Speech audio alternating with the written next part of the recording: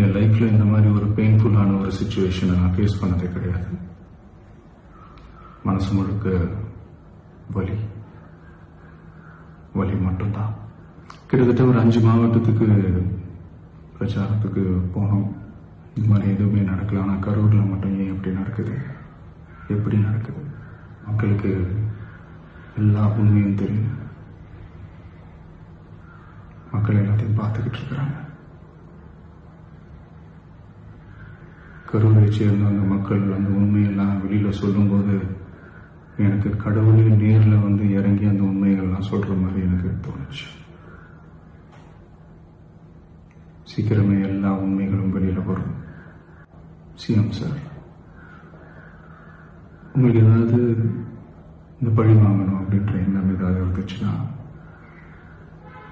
என்ன வேணாலும் பண்ணுங்க. அவங்க மேலே கை வைக்காதீங்க. நான் ஒன்று வீட்டில் இருப்பேன், இல்லை நான் ஆஃபீஸில் இருப்பேன்.